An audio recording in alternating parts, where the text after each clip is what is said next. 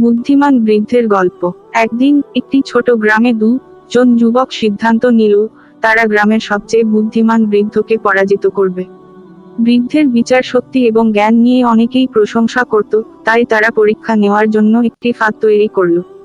যুবকরা একটি ছোট পাখি ধরল এবং তা হাতের মধ্যে লুকিয়ে বৃদ্ধের কাছে গেল। তারা বলল, বাবা, বলুন তো আমাদের হাতে যে পাখিটি আছে তা জীবিত না মৃত?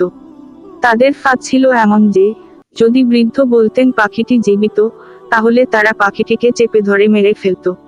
আর যদি বলতেন পাখিটি মৃত, তারা পাখিটিকে উড়িয়ে দিত। এভাবেই তারা ভাবল, বৃদ্ধকে যে কোনোভাবে ভুল প্রমাণ করা যাবে। বৃদ্ধ ধীরে ধীরে তাদের দিকে তাকালেন এবং একটু হাসলেন।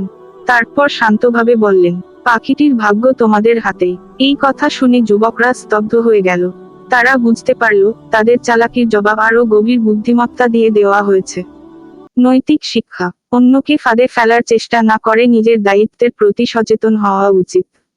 বুদ্ধি ও ধৈর্য দিয়ে যেকোনো পরিস্থিতির মোকাবিলা করা যায়। Cartoon Bangla TV.